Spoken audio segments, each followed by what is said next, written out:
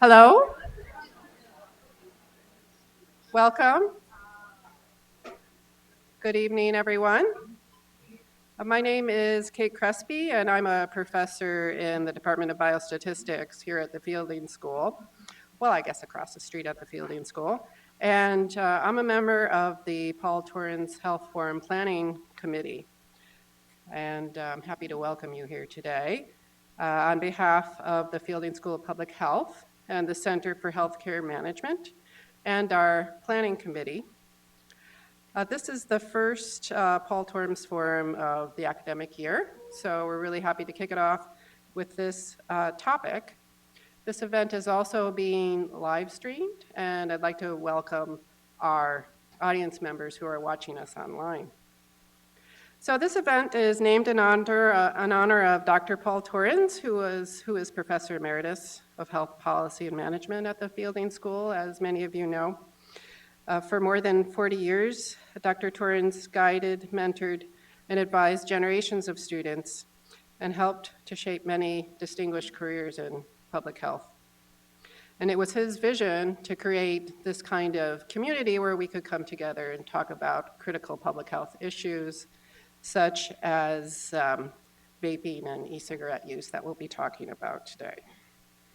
So before we get started, we'd appreciate it if people could check that their devices are silenced, so we won't have interruptions.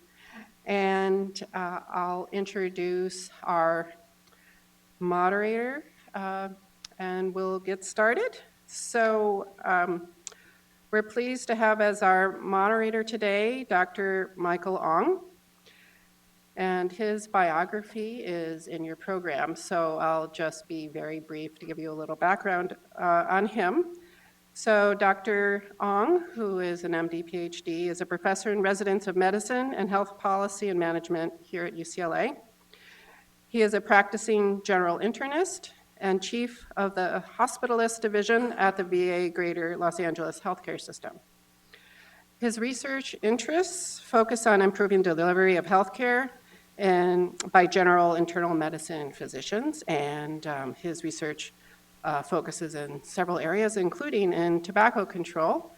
And he's also chair of the State of California Tobacco Education and Research Oversight Committee, and in fact, I believe he flew down from Sacramento today, where they just concluded a meeting, so we're lucky to have him here tonight. So welcome, Dr. Ong.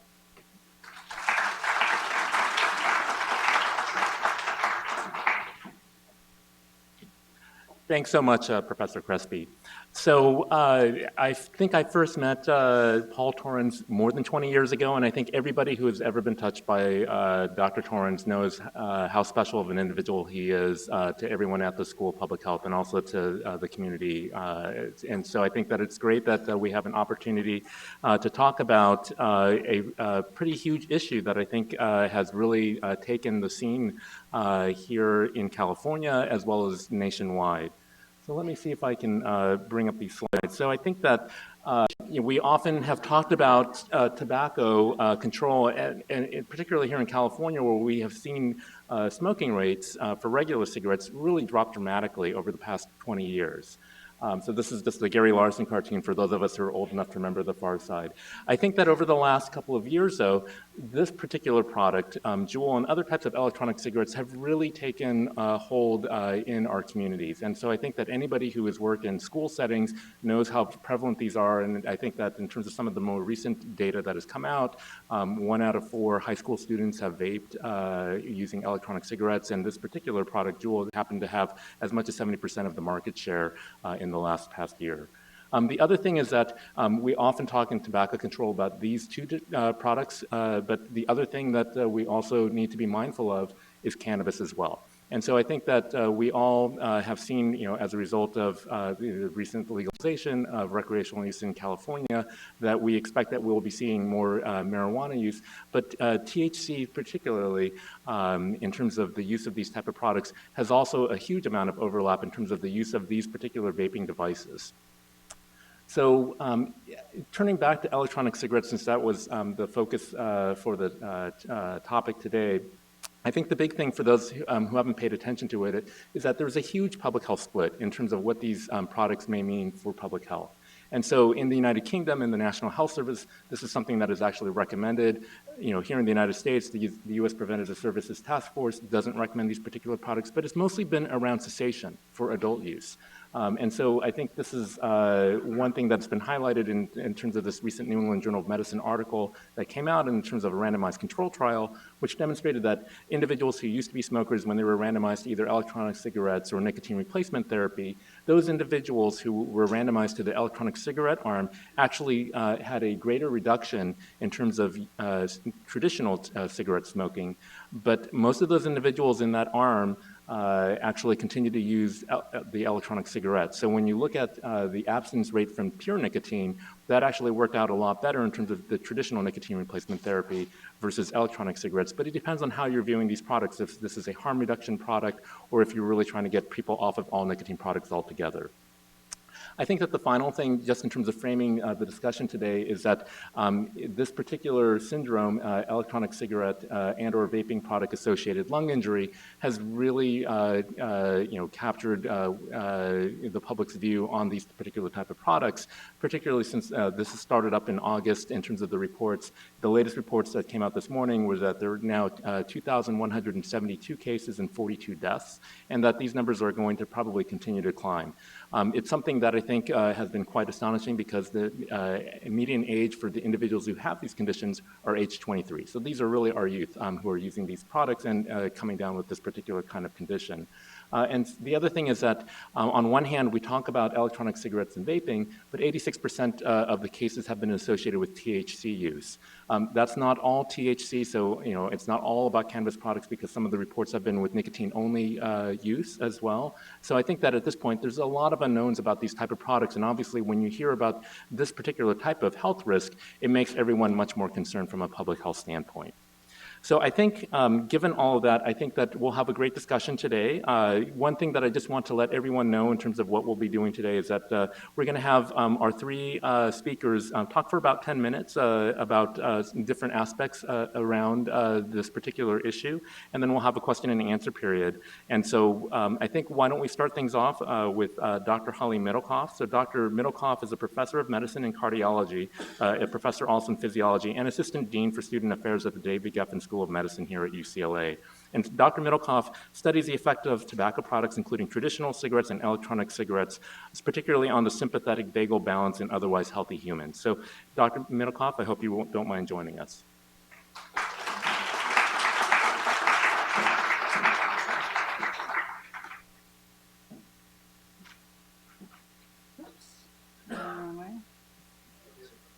Oops.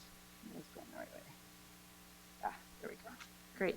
Well, thank you very much. It's a great pleasure to be here today, and I'm going to address the health effects of electronic cigarettes in the next 10 minutes or so. And I do have one disclosure, that is I am the parent of 3 young adults, ages 17 through 23. Okay, so again, as we heard, electronic cigarette use is skyrocketing in young people, and so what I would like to address are they safe to use? And what is their cardiovascular risk? And their cardiovascular risk could really take 2 forms. There could be an indirect risk, that is, e-cigarettes could be a gateway to tobacco cigarette use, and we know that tobacco cigarettes kill half the people that use them. Or there could be a direct risk from electronic cigarette use itself, that is, electronic cigarette use itself could increase cardiovascular risk. First of all, just to make sure that we're all on the same page when we're talking about electronic cigarettes come in a lot of different shapes and sizes. They were introduced in 2007 to mimic a cigarette, cig-alike devices, and then rapidly evolved into something called a pen-like device, and then into these larger mods where the user can change the temperature, and one can get those enormous plumes of vapor. And there's also e-cigars and e-pipes, and there's even e-hookahs. But what has really taken the market by storm is the Juul. And this was introduced sometime in around 2015 on social media with sort of popular kids at parties. Again, it looks like a flash drive. It doesn't look like a cigarette at all. And so that's part of its appeal. It can look very stealth and can be hidden in the classroom and even used in the classroom. But the scary thing is that this is the pod that contains the e-liquid, and it contains the same amount of nicotine as an entire pack of cigarettes. And it comes in many different flavors, though I believe only menthol is now being distributed by the Juul company. But it's become so popular that juuling or to juul has become a common lexicon for e-juul or for e-cigarettes. All right. And here we see that it was introduced sometime in 2015 and started, gaining popularity in 2016. This is the percent market share, and then really took off in 2017. And by the end of 2017, it was about 50% of the market share. And in 2019, it's at least 70%. I think it's 70 to 80%. It is a $35 billion company. It is enormous. And Big Tobacco is bought in. So Big Tobacco, Altria, now holds 35% of the shares of the Juul company. So they're part of this.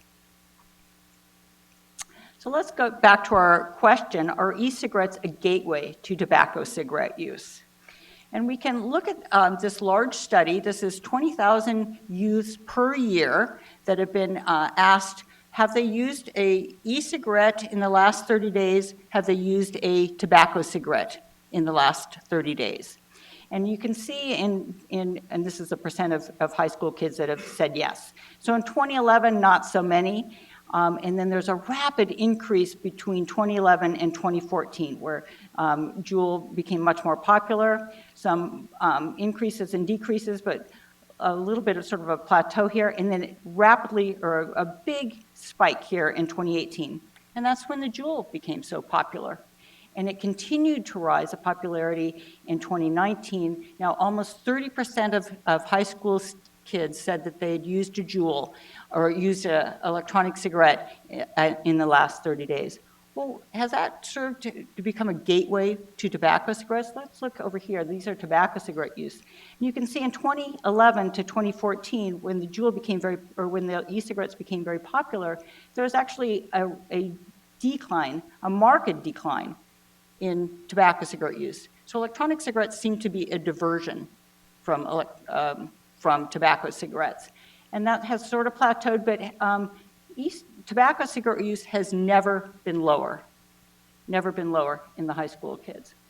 So that's a good thing. The disturbing thing, though, is that now almost twice as many kids are using electronic cigarettes as were using tobacco cigarettes back in 2011. So kids that wouldn't have smoked tobacco cigarettes are now using Juuls. But I would say, at least so far, there's no evidence that e-cigarettes are a gateway to tobacco cigarettes. They seem to be a diversion. Well, how about the second questions? Do e-cigarettes themselves directly increase cardiovascular risk? In general, we think of e-cigarettes, or cardiologists and physicians in general think of e-cigarettes as less harmful than tobacco cigarettes. We know that tobacco cigarettes have 7,000 constituents in them and 70 known carcinogens. This is a study of 5 different groups of people. On the this bar is people who smoke only tobacco cigarettes. These are people who smoke tobacco cigarettes and are using nicotine replacement therapies. And these are tobacco cigarette smokers that also use electronic cigarette users. This here is the nicotine replacement therapy only group, and this is the electronic cigarette only group. And they looked at 6 different carcinogens in these groups in their saliva and urine. And as you can see, that in any group that uses tobacco has a much higher level of any of these toxicants, any of these carcinogens, than those that do not. So I'll just say it here, that the delivery of toxic constituents from electronic cigarettes are orders of magnitude lower than in tobacco cigarettes. And this is in bodily fluids. This isn't just in the vapor. Except for one component, and that's nicotine. Nicotine is the highly addictive component in cigarettes, and people will use their device to achieve a certain blood level of nicotine. And you can see in these same groups that the nicotine level is similar in all the groups. It may be a little bit lower in the nicotine replacement therapy. It's not a very efficient deliverer of nicotine, but in general, people use the device to a certain level of nicotine. So this observation was made by Dr. Russell in the 1970s. He said that people smoke for the nicotine, that's the addictive component, but they die from the tar. And that led to the development of nicotine replacement therapies in the 1970s. So, but now with the advent of electronic cigarettes, we really have to ask, how safe is nicotine? Because now it's not just a medicine, but it's something that's being used for pleasure.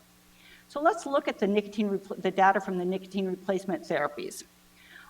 There's been thousands of people that have been studied on nicotine replacement therapies, and there is no evidence that nicotine replacement therapies like the gum or the patches or the lozenge increase major adverse cardiac events. They may increase palpitations and fast heart rates, but no evidence of increasing risk for heart attack. Even in high-risk patients who have come into the hospital as smokers and have had a heart attack, with their discharge on a nicotine replacement therapy, no increased future risk. They're so safe, they're perceived to be so safe, in fact, that they can be purchased over the counter. But nicotine replacement therapies are different from electronic cigarettes. Electronic cigarettes deliver nicotine to the lungs, and the lungs are very vulnerable to fragile tissue.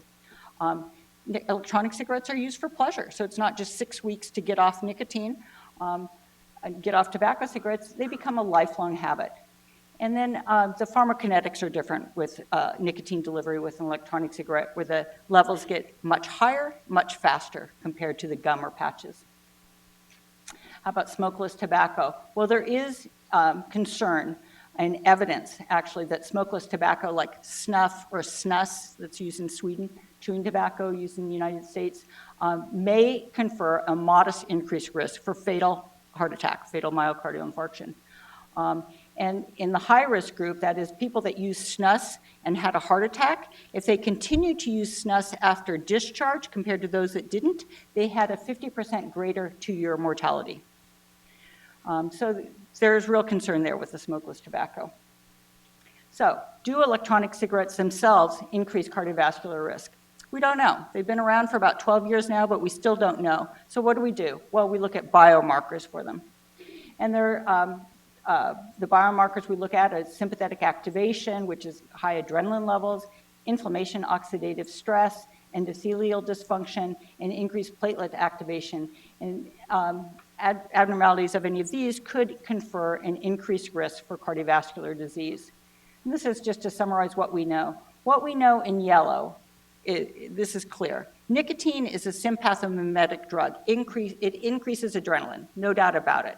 So when we activate the sympathetic nervous system, increase adrenaline, that increases risk for dangerous heart rhythms. It also, for sure, increases the heart rate and the blood pressure and how hard the heart has to squeeze and the heart's need for oxygen. So all of this is clear. It's unclear, or it's not known yet, whether that also translates into the development of atherosclerosis, that is hardening of the arteries, or heart attack, or sudden death. And then less secure are the non-nicotine constituents, whether those, which include oxidizing chemicals, particulates, and acrolein, whether those increase inflammation, activate the platelets, which can cause a blood clot and a heart attack, cause endothelial dysfunction, decrease myocardial blood flow. This is less certain. So there's certainly concern about the nicotine, but the non-nicotine components, the data is still being collected. So most physicians or cardiologists think of nicotine containing products as there's a risk continuum. And the least harmful are these, the nicotine replacement therapies. And then a little more harmful would be the electronic cigarettes that deliver nicotine. More harmful yet, the smokeless tobacco, the snus and snuff. And then the combustible tobacco, which again kills half the people that use tobacco cigarettes. And I just wanted to share one comment about EVALI. That is, this is in an interview by Scott Gottlieb, the former FDA commissioner. and I agree with this comment. He says, it seems there's too much conflating these tragic lung injuries, this is the lung injuries that Dr. Ong mentioned, with store-bought brands of regulated legal e-cigarettes like Juul and Enjoy, and far too little blaming the THC, CBD, and bootleg nicotine vapes, where so far the only available hard evidence points. And I'd be happy to discuss that in the discussion section. So just to end here, risky behavior, but probably not the riskiest. The biomarker studies suggest that electronic cigarettes may be less harmful than tobacco cigarettes, but certainly they're not harmless. And we've made a educational video to be shared in middle and high schools, and anybody else that will, would like to use it. So if you Google UCLA electronic cigarettes and vaping, we'd love to share that with you. Thank you very much.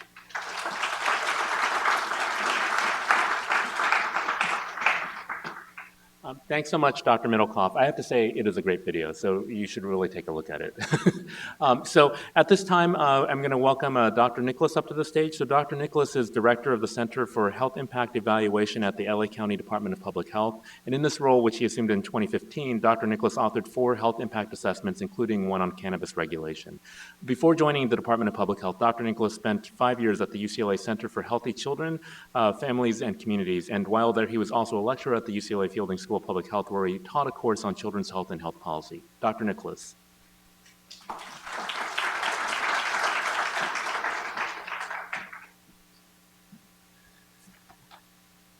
All right, let me just make sure that okay. So I know I only have 10 minutes, but I have to put a plug in for my connection to Paul Torrens as well. He was not only was my mentor when I was at UCLA, graduated in '92 from the MPH program, but he drove my carpool when I was in 7th, 8th, and 9th grade, and I was friends with his son, and I took turns sitting in the way back in his 1980 Honda Civic. So anyway, that. So I'm going to share a little bit about some reports that my center's worked on recently. One of them is, as mentioned, a health impact. It was a report on the health equity implications of cannabis regulation that was requested by our LA County Board of Supervisors to inform their decision about regulating cannabis in the unincorporated parts of LA County. I brought a few hard copies that will be outside if you want to grab one. They're also on the website. Then I'll also be talking about a report that's forthcoming, still under review, on vaping, sort of the little overview of the Valley outbreak, health effects, which I won't talk about today because we heard about that, and some data on vaping behavior trends and some of the policy responses. So I have a lot of data. Most of my slides are data, so beware, but I'm going to try to kind of weave a story with all the data that I'm showing you that kind of focuses on the policy response. And I know I attempted to have a little catchy title here. I'm not sure if I'll clear the fog completely, and my harvesting skills are more analytic than horticultural, but I will do my best to kind of set things up for a lively discussion afterward.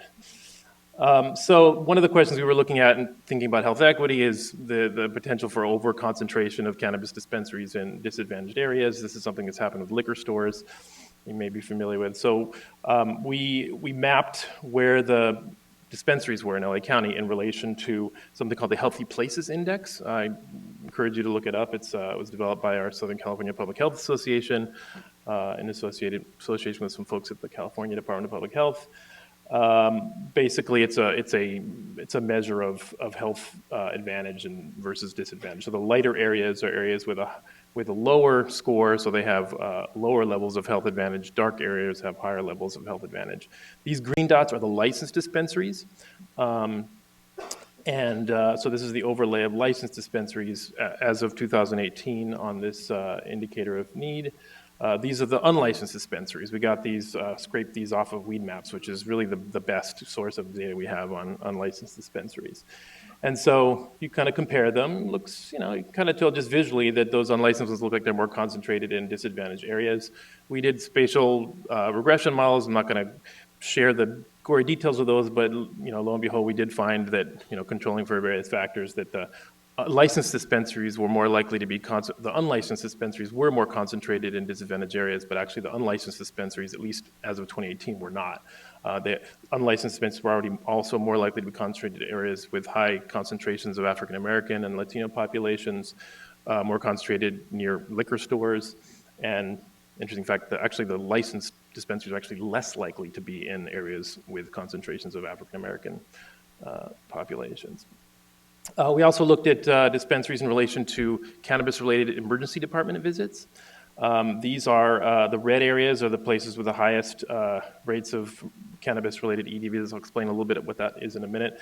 There's data lag problems always in research, so we only had 2017 hospital data, so we weren't able to compare the licensed with the unlicensed. It'll be interesting to see if we see more ED visits in those areas with the more unlicensed dispensaries where the potentially more dangerous products are. But all we really found at this point, again through our regression analyses, which I won't share, but I'll briefly mention here that indeed for every one additional dispensary, there was a more than a 7% increase in cannabis-related ED visits, so a definite relationship there. Also relationship with percent poverty, percent populations of color.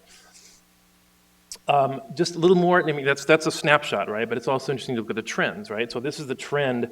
Cannabis-related ED visits, it's very rare for a cannabis visit to be the primary visit code. They use these ICD, International Classification of Disease codes for these visits. It's rare for it to be the primary code. It's typically the secondary code. And so what the definition of a cannabis-related ED visit is one where any of the codes are cannabis-related.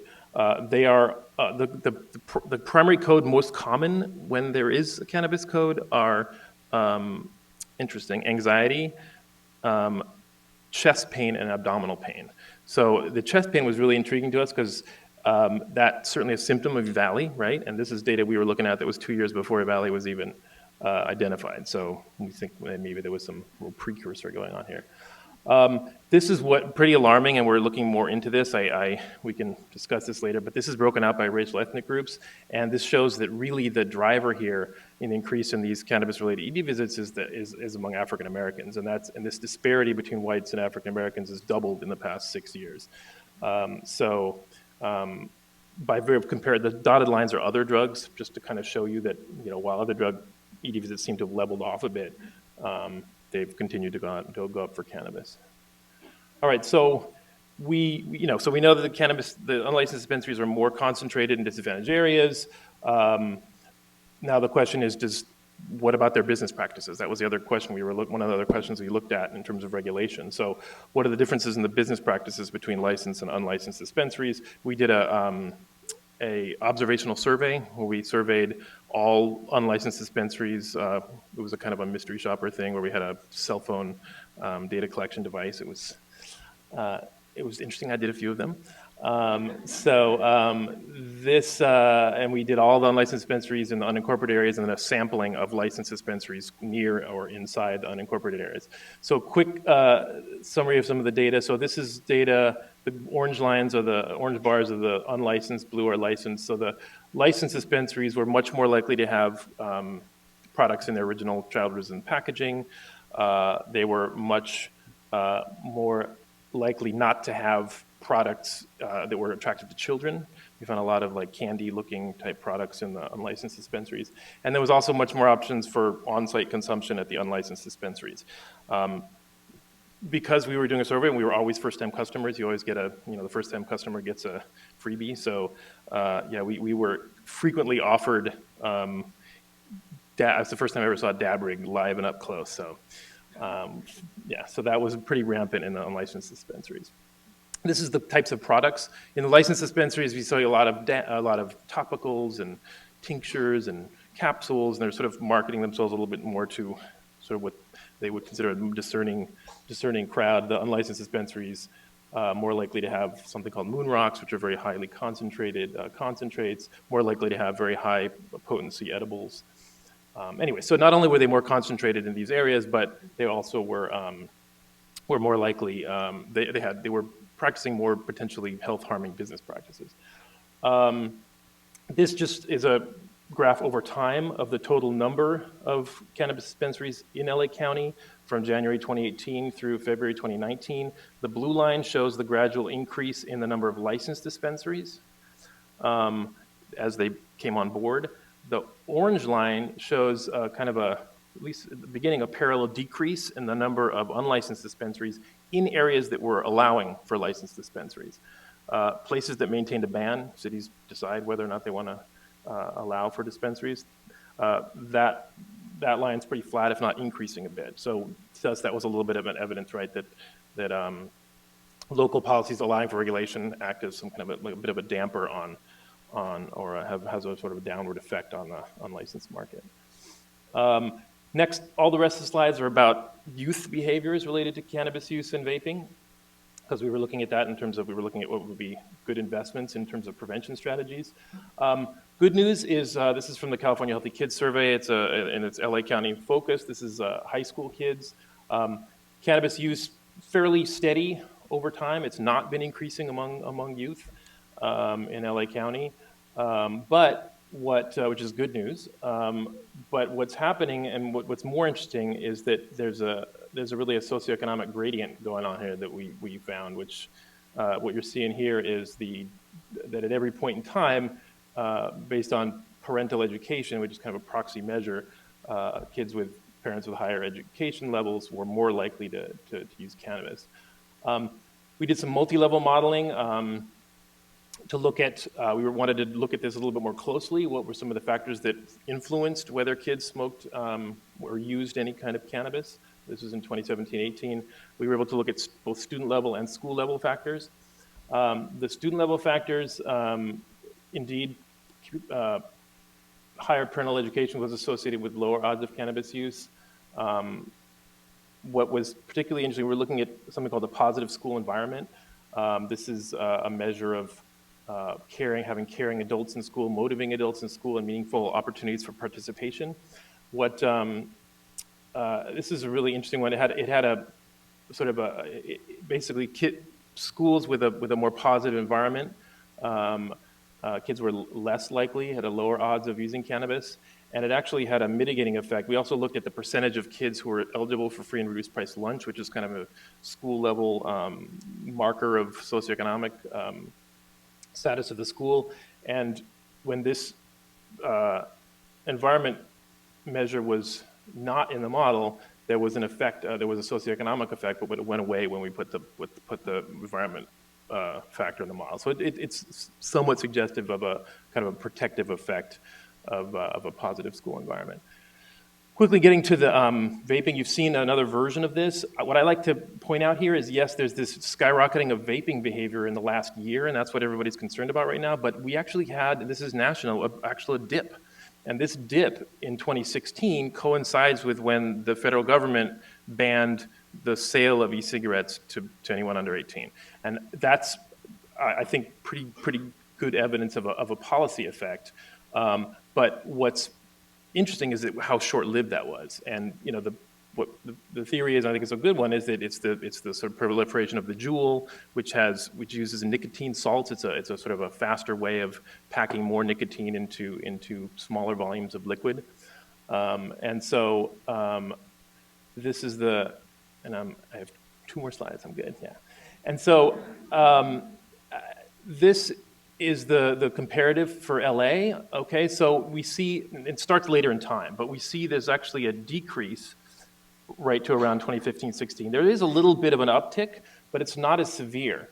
And rates are a little bit lower than nationally. And again, this is good news, and I attribute this. We did a lot of work kind of tracking all the local and state policy efforts that feed into this.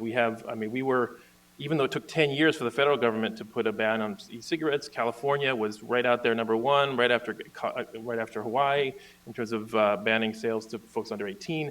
In the city of LA and city of Long Beach have been very, very active in their tobacco legislation. So there's a lot going on locally and at the state level. So we're getting some effects from our policy interventions. That's sort of this is the, you know, the downside. So yeah, the use is down and it's not going up very much, but this is of youth who have used e-cigarettes in the past 30 days. This is the percent who are daily or near daily users. So this shows the sort of increase in addiction to nicotine devices. So no downturn here. This is continuing to go up. Anyway, so there's also a convergence of use of whereas there's a clear socioeconomic gradient for the cannabis use, the e-cigarette use among high school students seems to be converging a little bit towards the end, so there's not as much of a difference between the socioeconomic groups. And this is my last slide, I promise. So this, what I wanted to show here, this is the exact same multi-level model we did for cannabis, but this is for e-cigarette use. And the main thing here I wanted at the school level is that sort of second bullet. Yes, we had a positive effect of this school environment, but actually there was, at the same time, there was a positive effect for a higher percent of students on free reduced price lunches, which actually was associated with a lower odds of vaping. So a little suggestive that vaping may actually, in comparison to cannabis, be maybe more of like associated with like a higher income, higher economic status. Just suggestive, I'm not, don't quote me yet, but it's certainly some evidence here. And then this just shows that, you know, people who use e-cigarettes, like 90% of people who use e-cigarettes also vape cannabis. So they're kind of commingled behaviors. So thank you very much. These are the people that worked with me on the project. Look forward to questions later. Thanks so much, Dr. Nicholas. So our third speaker will join us now. Ms. Karibian is Director of Programs for Breathe California of Los Angeles County, also known as Breathe LA. She leads the organization's efforts to deliver health and environmental community-based youth and adult education programs with defined outcomes that have reached more than 21,400 Los Angeles students in under-resourced areas. Ms. Karibian was also the principal investigator in a 2015 NIH-funded pilot research study examining the effectiveness of after-school tobacco use prevention programs in partnership with the UCLA Fielding School of Public Health. Ms. Karibian.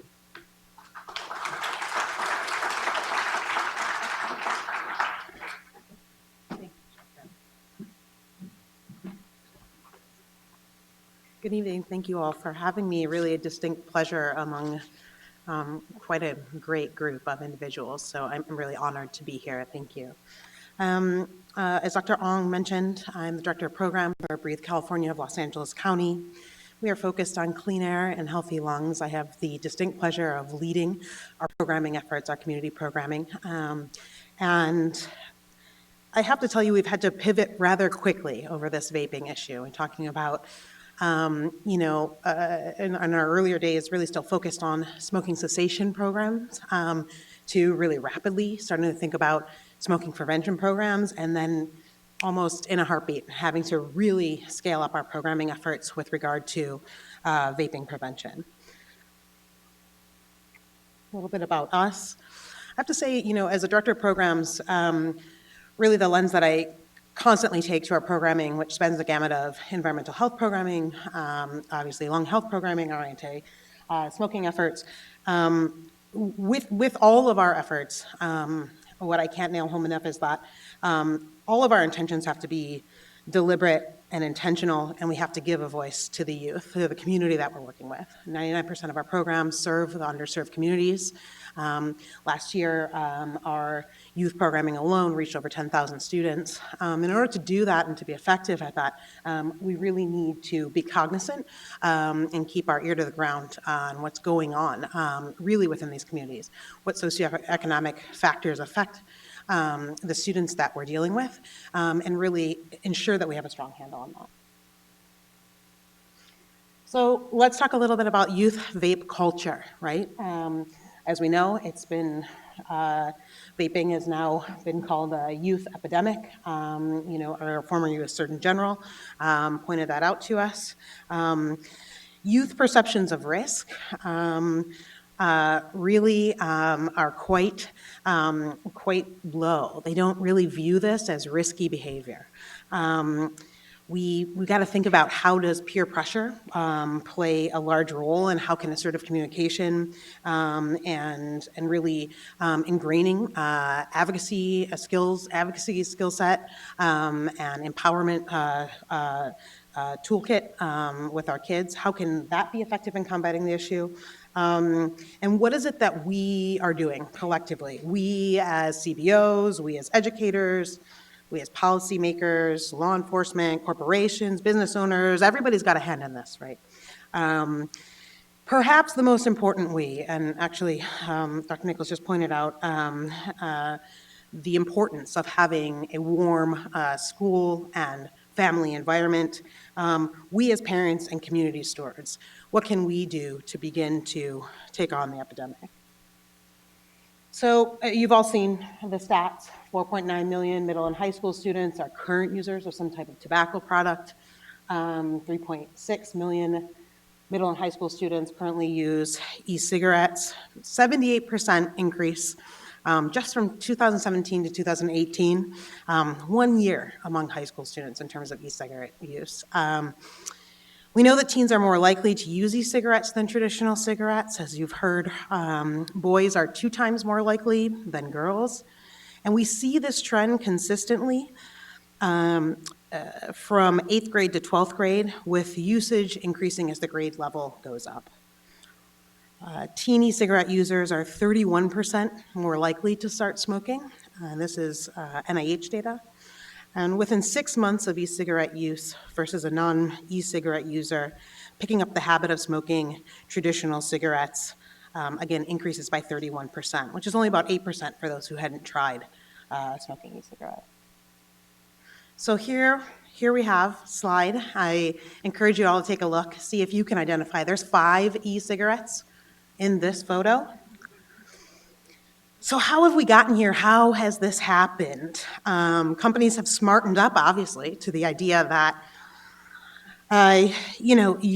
youth are not so into looking anymore like the rough and tumble Marlboro man.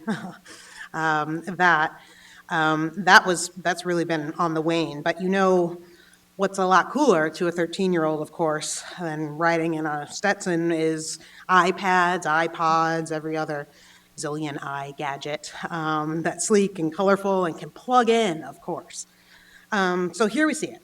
A dramatic increase in e-cigarette advertising, skyrocketing, particularly in 2015, 2016, in retail, internet, TV, movie, even printed marketing materials, exposing 7 out of 10 middle and high schoolers to the new cool e-cig devices. So hopefully you've all had a little bit of time to take a look.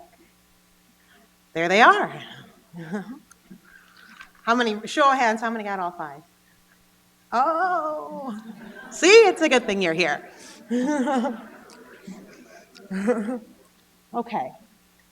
One of the pleasures that working for a community-based organization is working with our community, of course.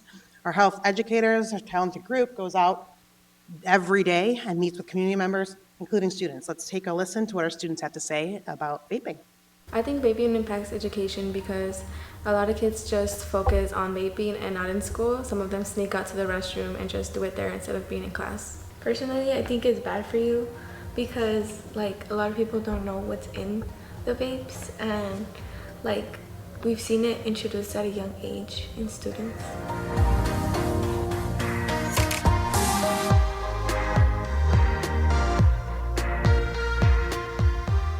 It's really easy to access these devices because their friends are buying them from adults.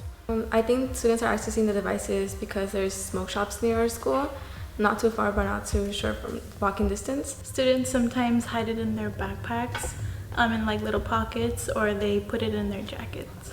Students, I believe, choose to vape because they see others doing it as well as adults, so they think that it's something they have to do.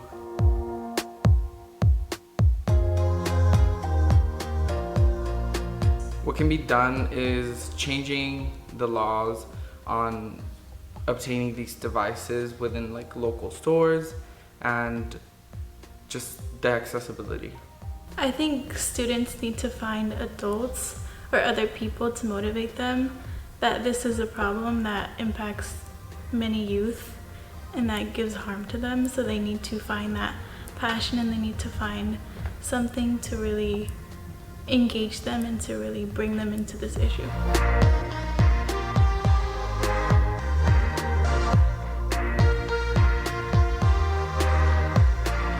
So here we have it, right, directly from youth. Touched on all of the points that were previously mentioned.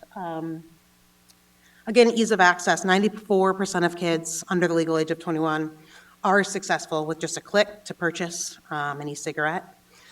Vape shops and e-cig retail locations are still the largest gateway, despite obviously counties like ours cracking down on tobacco retailers. But as you see, as that map showed us, those hotspots, particularly in areas of underserved areas, the number of unlicensed retail shops have really grown.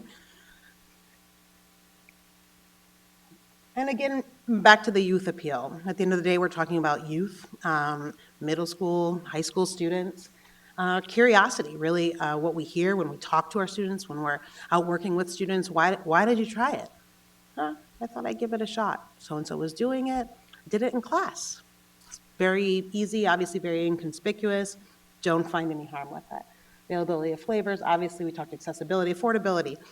A vape can be purchased as low as $15. Very easy to obtain. Students are selling hits to one another. They can Venmo one another to sell a hit. This has become very, very common practice from what we hear when we're out in the community.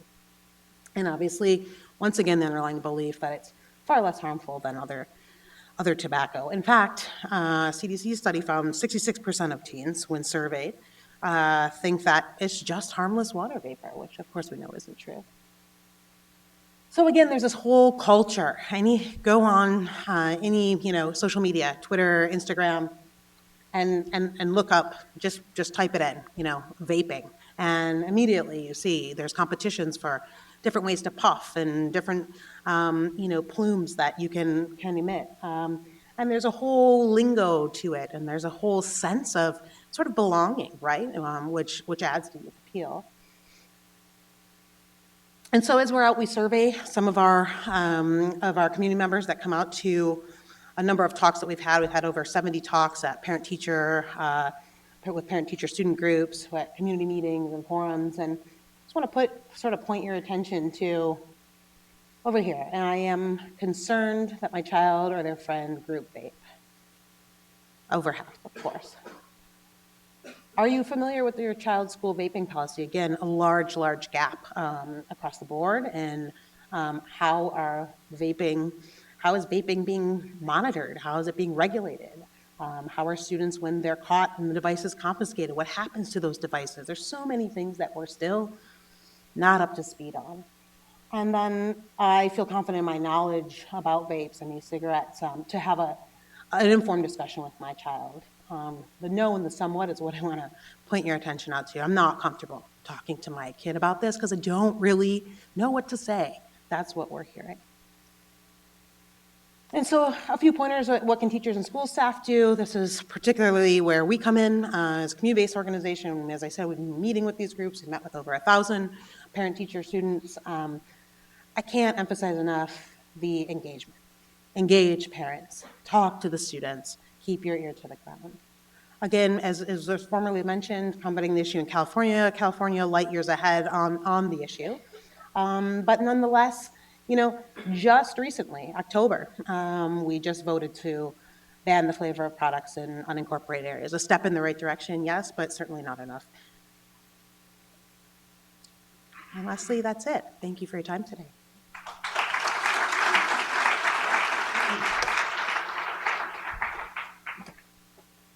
So I think that this is an appropriate slide because this is the part of the health forum where we actually go to questions. So I am going to ask all of our speakers to come back up here to the stage so that they can answer questions that you might have. So just a couple of ground rules for the question and answer session during this part of the health forum. Since we're live streaming this, please feel free to come on up. Because this is being live streamed, we actually have microphones if you have questions, and so it'd be great if you could identify yourself in terms of your name and if you're affiliated with an organization to do so. But please speak into the microphone so those members of the live stream audience can hear you. And the other thing is that I can't really channel Alex Trebek, but if you could just phrase it in the form of a question, that would be helpful. We will try to make sure that we get to everyone's questions. So would anybody like to start off? Any questions from the audience? I'm trying not to look at the light. Hi, my name is Ted Sweetser. I'm from LA. I wanted to ask if there's any research being done or how much research is being done on positive effects of nicotine. Because many of the smokers that I've known thought that it helped them in one way or another.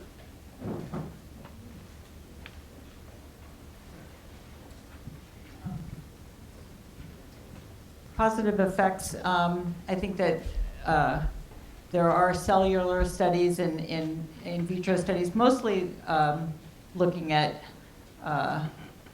probably the detrimental effects, the carcinogenic effects, and other angiogenesis effects. So I think that most of the focus is on negative, but in the older literature, on the last decade or so, there has been some stuff on anti-inflammatory effects, for example, on nicotine, and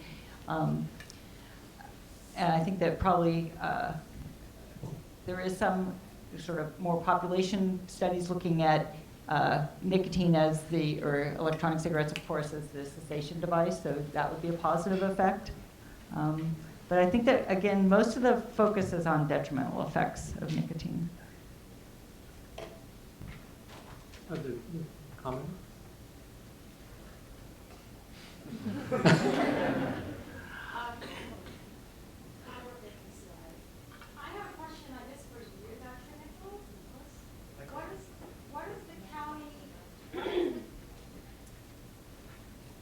What is the county doing to shut down those unlicensed dispensaries, if anything? That's a law enforcement issue, and it's a common question because it's kind of unfathomable. How could there be, 400 unlicensed dispensaries? But we are in a very, very large county, and we have a sheriff department that has to prioritize what they spend their resources on, and once you shut down a shop, it's very easy for them to open up somewhere else nearby, and they're actually hard to see. It's not that easy to find them. Sometimes they don't have signage. So my sense, again, what we learned is that what people are pushing is what they call administrative penalties rather than criminal justice penalties. So putting padlocks on doors, shutting down power and water, things like that. There's also the equity issue there because there are some unlicensed, not all of them, but some licensed dispensaries. There are folks who are sort of waiting in line to get some of these social equity licenses. They're actually reserving, the city of LA is reserving a portion of licenses to folks who were impacted by the criminalization of cannabis, to let them have a chance to make some of the profits that are poured in. So these administrative penalties are what are being used more, and then just as the legal market gets a foothold, we've seen that there has been somewhat of a drop off. So it's a tough situation, but ultimately it comes down to priorities. Can I just ask you, what keeps somebody from becoming a legal dispensary? What are the barriers, or why don't they all just become legal? It costs a lot of money. It requires a lot of capital to start a cannabis business. You have to have, acquire a property or, start paying rent. Most cities have caps on the numbers of dispensaries that they allow.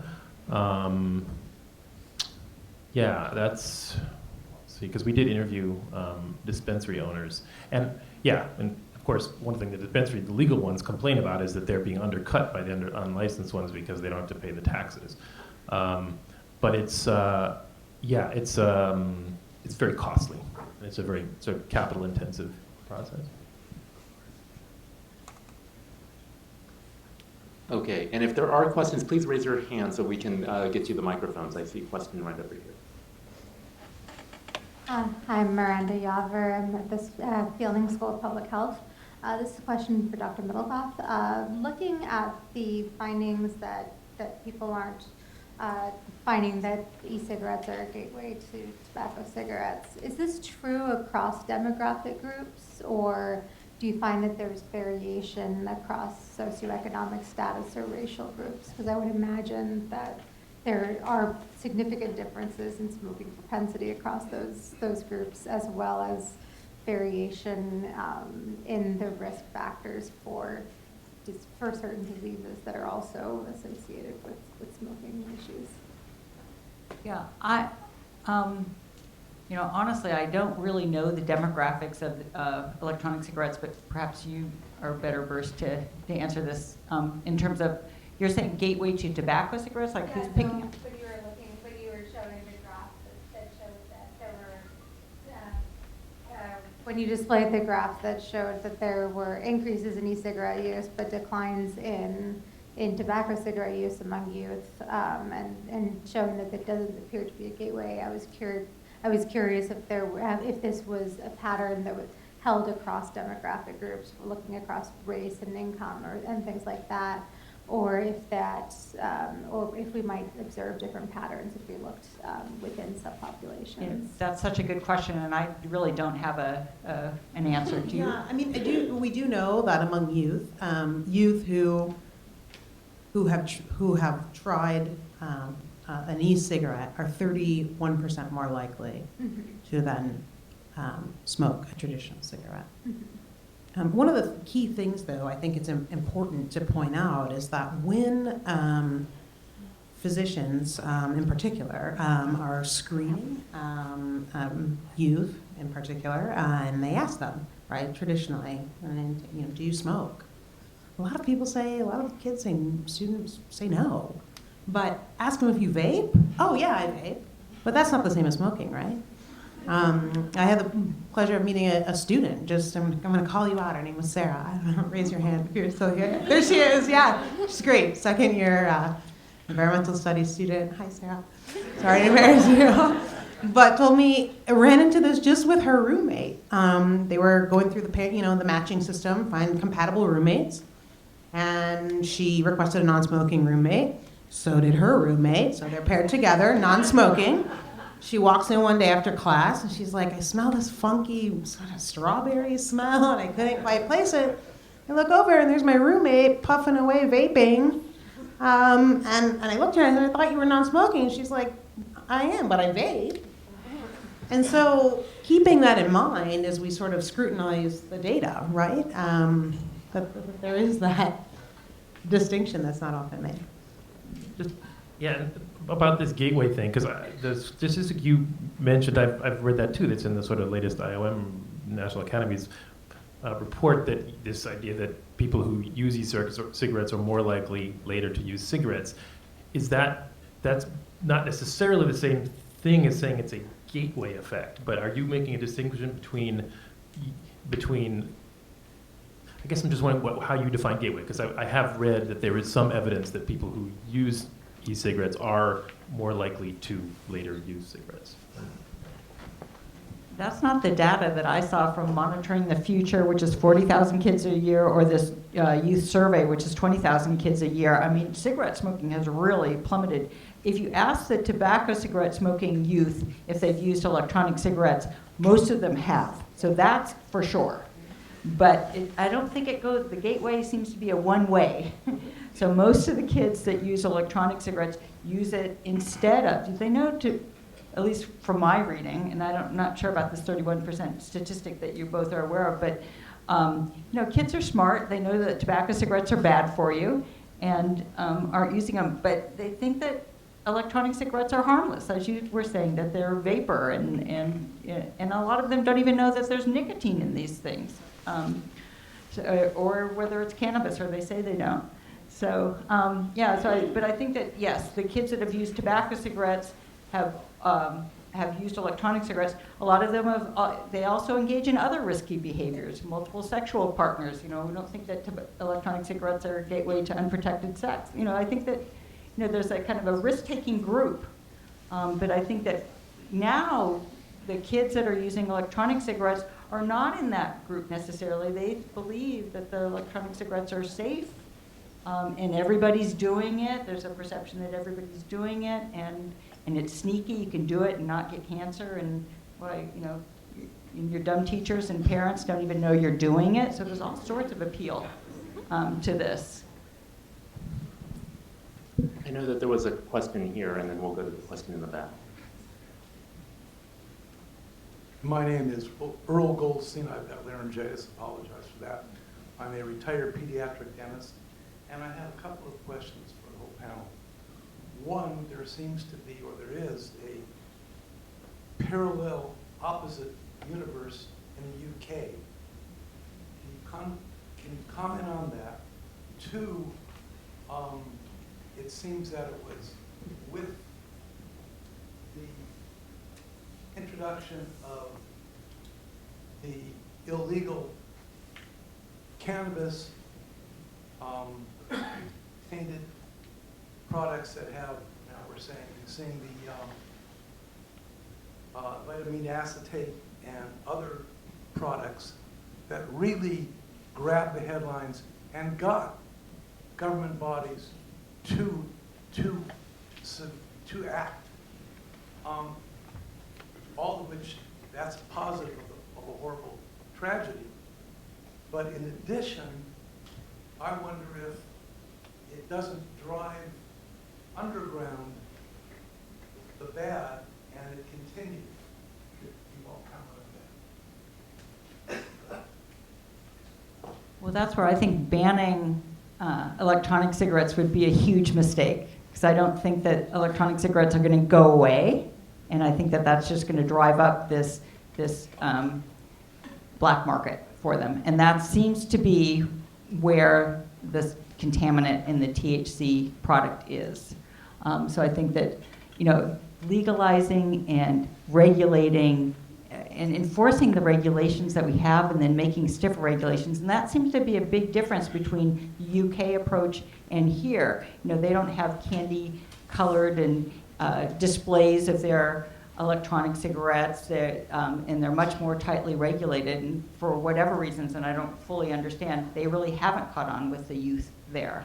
But I think that they're just more tightly regulated. Well, right, and to that point, the concentration of nicotine in the UK is lower than the concentration of nicotine found in the most traditionally sold e-cigarette, the Juul pod here.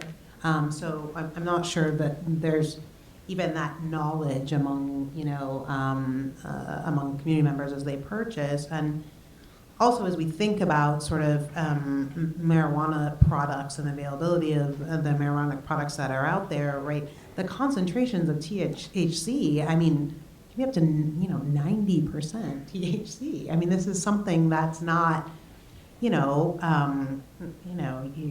parents, pot back in the day, right? And we've seen that. We know that the concentrations have just skyrocketed as well, the products that are being manufactured and grown. So there's something to be said for that in terms of those can be cytotoxic concentrations that are being. But surely the Juul is available in Europe. I don't know if the Juul is available in Europe. Dr. Ong, do you have some thoughts? So Juul is available in other countries. I think that, I'm not going to, I think it's better to let the speakers talk about things rather than me dominating the conversation. But I do think that there are different regulatory environments. And our regulatory environment in the United States has been very hands-off. California is different, and I think that that's reflected in the data that you saw from Dr. Nicholas in terms of what's gone on with electronic cigarettes in California versus the rest of the country. And I think that now that the rest of the country has caught up to where California was looking at this a couple of years ago, I think now it's entered into the public consciousness, but it's certainly something that I think needs to continue to have public discussion about what is the appropriate way of regulating these type of products going forward. All right, I know that there were questions in the back, so maybe we'll go to the one, I guess right there with the microphone, and then we'll keep going backwards. Okay, sorry, I'll give you. I'm Emily. I'm a third year in the School of Medicine.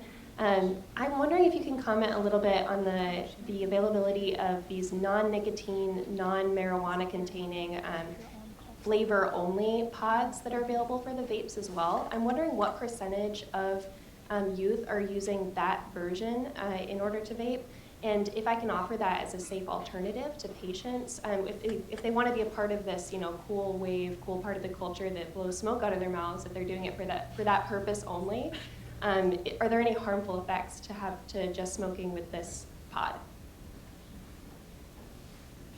I mean, probably Dr. Middlekauff would answer. She's the physician among us, right? But in my mind, I think any sort of aerosol that you're inhaling product directly into your lungs is probably not a good thing. But I agree. At least, with the non-nicotine containing, there's less risk of becoming addicted. But even the ones that say non-nicotine may have nicotine in them, we just don't know what's in these things. And there are 7,000 flavors, different flavors. And then the solvents, over 15,000. Okay, 15,000, I'm behind. But there are just so many, so we don't, it's just not okay to say, it's just not true to say it's safe. We just don't know that it's safe. Yes, it's probably less harmful though. I would, because of the lesser risk of becoming addicted to nicotine. But we don't know about the flavorings, and some of those butterscotch flavorings, the cinnamon flavorings, are toxic. So, I think that there is risk in the non-nicotine components as well, especially in some of the flavorings. I agree with your just gut feeling. It's best just not to inhale this stuff.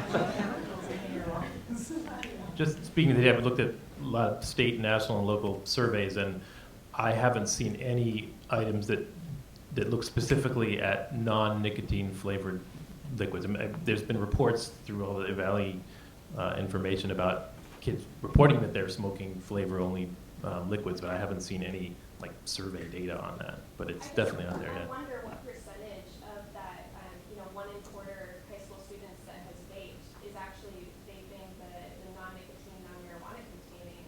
And I just don't know. I'm curious. I don't know either. I would say the majority of the students that we've had contact with, the majority of them admit that it's marijuana. So.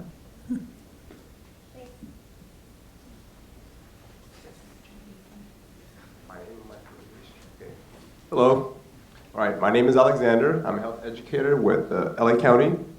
And my question is, well, for the lack of my understanding, to what depth do we know the organizational culture of Juul and these big brands? In other words, going back to that image with all the school supplies, the flash drives, and all those undercover vaping products, what do we know about their research, about their marketing and promotion strategies? In other words, what do we know about our competition? What do health professionals know about the competition from a business economic standpoint, marketing, promotion, all those things? It's a big question. I'm sorry about that. I mean, we certainly know they have the attention of youth, right? That the marketing strategies that they employed were clearly targeted at youth with flavors like cotton candy and princess, whatever. This is something that's inherently targeted at youth and has been incredibly successful. And in 7, as I think I mentioned in my talk, has gotten the attention of 7 out of 10 sets of eyeballs of middle and high school students that come across these ads and intrigue them to try it. And one thing I'll add, just based on what I've read, maybe some of the more knowledgeable people here can speak to it, but that Juul has, I don't know if they've patented it, but they've managed to, there's some new nicotine preparation that they use. It's referred to as nicotine salts, I believe. And my understanding is that it actually allows you to pack more, higher concentration of nicotine in a smaller volume of liquid, and it's also less harsh when you inhale it. So there's something about the ease of, and it's more addictive, more popular partially because of some new technology, is my understanding as well. Hi, thank you all for being here. So this question, I guess, can apply for any of you as well. But in the past, I believe that Dr. Middlekauff had a really nice slide as to when there was a decline of the cigarette, right, of the cigarette cessation, and when it was an actual, let's say, efficient program. If we look at then this vaping epidemic, is it possible to then kind of take the strategies that were used to increase awareness by kind of taking a look and saying what was really useful and effective with the cessation for cigarettes? And can we maybe start campaigning, having media, involving, because I believe that the kids, like you mentioned, they're going to be high risk, they're going to have this high risk behavior. They're going to be teenagers at the end of the day. And oh, by the way, I'm a developmental behavior pediatrician, so this is kind of where I'm coming from, is prevention starts early. Right. And I think that a lot of times parents probably aren't even aware of the fact that then these vaping pens are as harmful. So again, maybe putting harsh and pretty drastic media out there where there's, the ones with the lung cancer and kind of a track was probably a little bit much, but at the same time, if they were effective, then maybe that's what we have to do. Well, you really hit home on this for me, right? In terms of our work at Breathe LA, really on the prevention forefront, of course, in community programming. You have to think, are we addressing just the crisis of the year? Are we addressing the root of the problem? And the way that we are structuring our programs as we roll them out to communities, are we really looking at the underlying issues that have led to this becoming this widespread epidemic? Marketing is one piece of that. You touched on, you're right, exactly right. In our over 70 parent presentations that we've done just, really since summer, they don't know what to look for. They're not aware of how addictive these products are. And also how impressionable the mind is. The brain is still developing in middle and high school, and I think it's so important to call attention to prevention efforts, to grassroots advocacy campaigns, to really mobilizing the communities that are in the most disparate areas, getting the messaging out there, getting it out there in a socially, culturally, a way that resonates with the groups that you're messaging to, such that they understand it. Because you can take to the streets, and as I'm sitting among all of you here at Fielding, it's obviously if you're not out there spreading your messaging, in a way that it can be interpreted, then it's useless, right? And that means culturally, linguistically, across the board. How do you bend the ear of parents and get them to really understand? Educators, how can we get educators to understand this is an issue, a big issue? It's more than just putting a sensor in your bathroom and trying to bust the kids that vape. Then what? And so that's where you circle back to the laws and the regulations, and the importance of some of these things like, funding, Prop 56 funds that have, trickled down into tobacco use and prevention. Yes, some of that was, very successful with tobacco prevention, but, dare I say the DARE program, we all kind of know what kind of example that was, in public health as a model. So just sort of, bearing that in mind, I think prevention efforts are where it's really the focus should be. My name is Sherlock. I'm a first-year MPH student.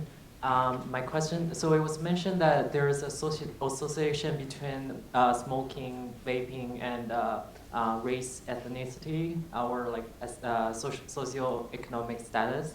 I'm wondering if there's like a possible explanation for that association between vaping and race. Is it like, because in the video the students talk about is peer pressure, is a social norm that everyone smoke, so they smoke. But I'm wondering if there's like aspect of racism play into those association between vaping and ethnicities. So I guess I showed that data, so I should try to answer that. Right, so what we saw was that we actually, let me clarify. So for cannabis use among high schoolers, we did not see differences solely based on race, ethnicity, but we did for e-cigarettes. I guess the only real significant finding on cannabis was Native Americans. Native American students identifying as Native American were more likely to use cannabis. But on the e-cigarettes, we saw that African American students were less likely to use e-cigarettes.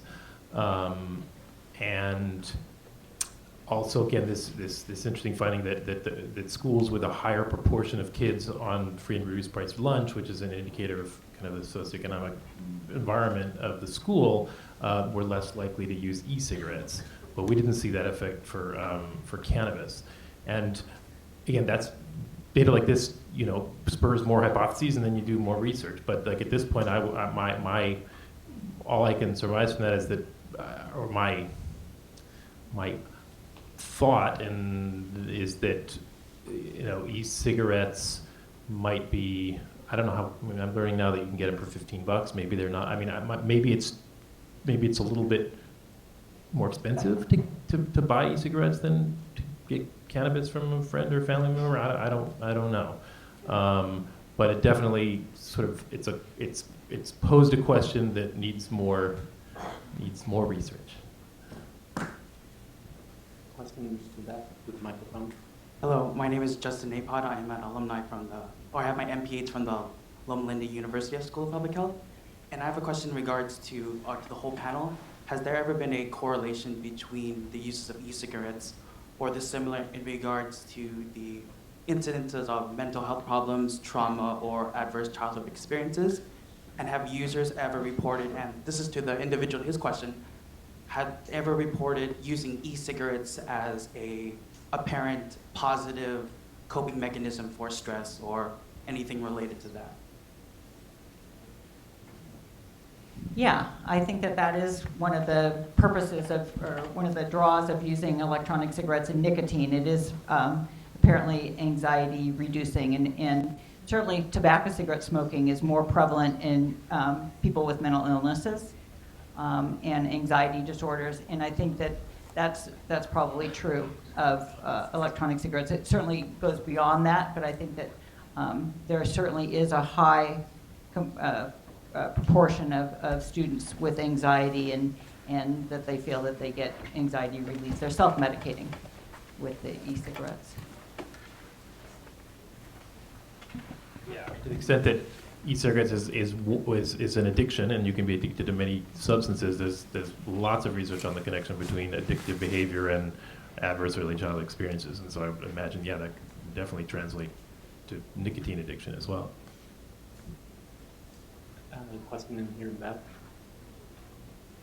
Hi, my name is Barbara Mitchell. I'm a marriage family therapist. Most of my career, my work has been in tobacco prevention, tobacco cessation, and in changing the laws to make our environment safer. So what I'm curious about is I have been doing research on vaping. Are any of you aware of any agencies who actually have materials for training people to go in the schools and do prevention and do cessation? Because I'm not finding anything like that through my searches or seminars or trainings or conventions. Ashley Salazar, Gilmar Flores, will you please stand up? Our program manager and health educator right here at Breathe LA. That is precisely what we do. We go out, we train teachers, staff members, and students. We have several different curriculums that we offer. More than happy to. Can your Yes. curriculums be purchased? Yes, by they may someone? purchase. Do you ever put on trainings through your organization, which I know is very... We most definitely do, yes. Okay. And You're the one I'm looking for. But I just feel that in the past, when we decreased the smoking use, it was because of the prevention and the cessations and everything we did to affect the laws. And looking at it now, I feel like that needs to be one of the imminent things that we put our focus on, is preventing kids from even starting. Sure, and I think, once again, just realizing how quickly this has really taken a stronghold on health and public health. This has been a really fast-moving issue, and I'm not sure legislators, policymakers, educators saw it coming. I think that's part of the reason why there's this sort of lag, if you will, even though, as we said, as we always have said, California really is ahead of the game in terms of enforcement, in terms of really, making laws and regulations around this, but it's all happened sort of so quickly,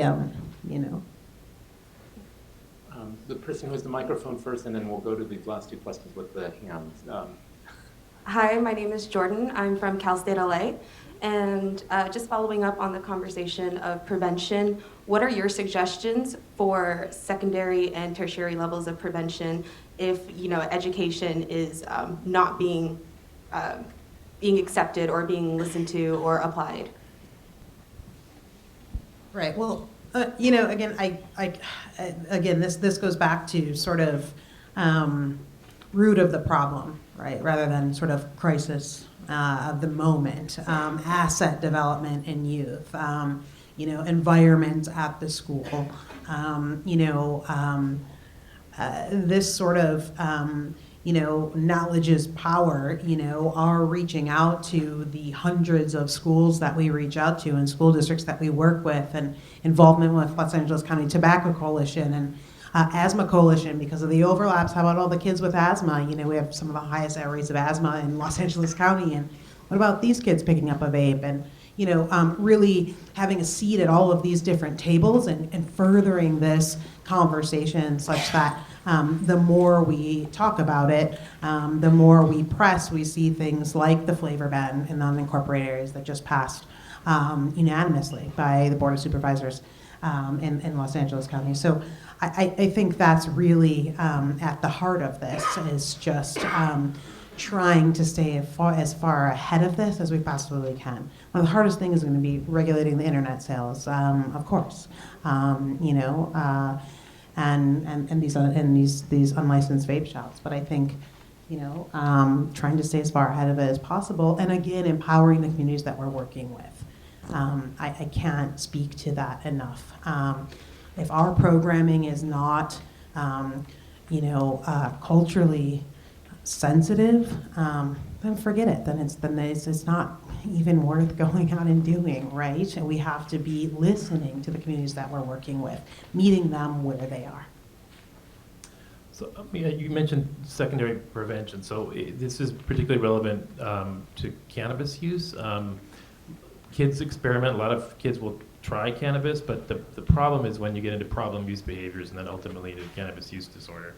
Only a small portion of kids will end up there. But in our report, which I'll plug, which we have outside, we did a whole literature review on those kind of interventions, like not widespread, but interventions targeting teens who self-identify as beginning to have problematic use behaviors. And so they use things like motivational interviewing and cognitive behavior therapy, and some of them are cannabis specific. So you can look in the report. Okay. I'm Gisela Friedman, and I'm an alumni of the school, and I'm a volunteer with Parents Against Vaping e-cigarettes. And we have a great toolkit in our website. So it's PAVE, Parents Against Vaping e-cigarettes.org. So you do have to enter like your name and some other things in order to be able to download the toolkit, but it's a great kit. Thank you. Do you have a question? I did have Okay, 2 more questions. I know that we're getting close to 8 o'clock, and I know for our live stream audience, we need to wrap things up. So go ahead. And I'll be super quick. I'm really just kind of wondering, based on the data, looking at essentially what the outcomes of potentially using these types of devices as actual cessation devices. And it seemed like, based on the New England Journal study that was presented, that these devices could be something that could be more potentially useful, not to have folks actually quit using any type of tobacco product, but to actually switch them to essentially a less harmful product. And so it seems to be more useful, less so in health promotion and more of a harm reduction strategy. But given that is, even though the UK kind of, has that sort of medical belief and model, I was wondering what you think is the likelihood that something like that would be a regulated prescription, essentially, in the United States, especially given all of the media and the news kind of, I think, confounding and conflating a lot of things, just because we know that there definitely are patients out there who will continue to smoke tobacco products until the day that they die. And so if there is a very specific targeted group that could potentially at least be transitioned away from these tobacco products to something that is something more e-cigarette like, well, first of all, what's the likelihood that something like that could potentially become, again, a regulated prescription product in the US? And is it seems to be suggestive that the data is sort of pointing in that direction. And I'm done, sorry.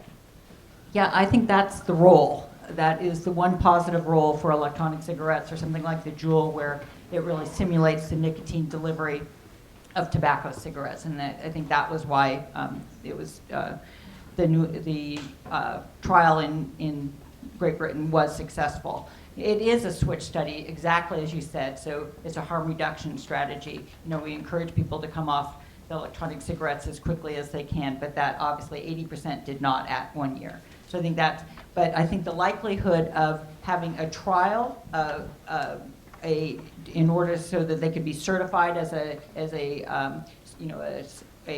tobacco cessation device is extraordinarily unlikely, because that's very, very expensive. And they're a $35 billion company right now. So what's the motivation? Yeah. I just want to say also, in 1997, Big Pharma did come out with a nicotine inhaler. And so there is an inhaled strategy, that never caught on. And I'll tell you why. They looked ridiculous. One looked like an inhaler for asthma. One actually looked like a tampon. And they did surveys, and people said, I'm not using that. I feel ridiculous using that. But it was inhaled nicotine. It wasn't the same sort of high levels of nicotine that one can get with the Juul, and it wasn't heated. But there are those products, again, just weren't packaged correctly. I just don't think that there's any motivation for Juul or any other big company to then get FDA approval, because that's a very expensive trial to run. So I know that we are short on time. So I know that there are many more questions that are out there, but I think that if anything, this is just a launching off point to more conversations that can happen, in our community, and within the School of Public Health. So let me just take this opportunity to thank all of our speakers for joining us today. And let me just have our Health Forum Planning Committee say a few final closing remarks.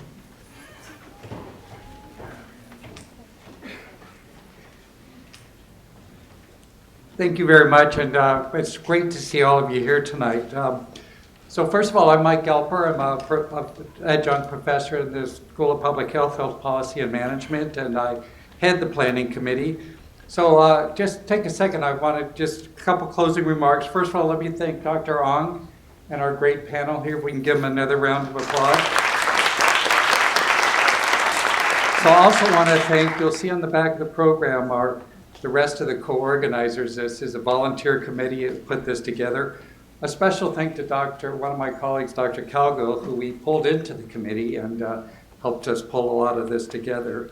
So just as you look at this, we were able to provide this as a free community program with the generous support of some of our donors, and you'll see them listed in the program. We now offer a corporate sponsorship program, and so if you're interested in learning about that sponsorship, there's information at the back. Our next forum, we're very excited about this, will be January 21st. It will be here. Hopefully you enjoyed the new location. And it's going to spotlight our healthcare management center, the Center for Healthcare Management. And we have a very interesting speaker. We're going to have Dr. Sachin Jain, the president and CEO of Caremark, and he will be our keynote speaker. So again, this is a great kickoff to the year. We had a great panel, a great discussion. We look forward to this. We'll have about 5 of these this year. We'll see you January 21st, and thanks again for coming.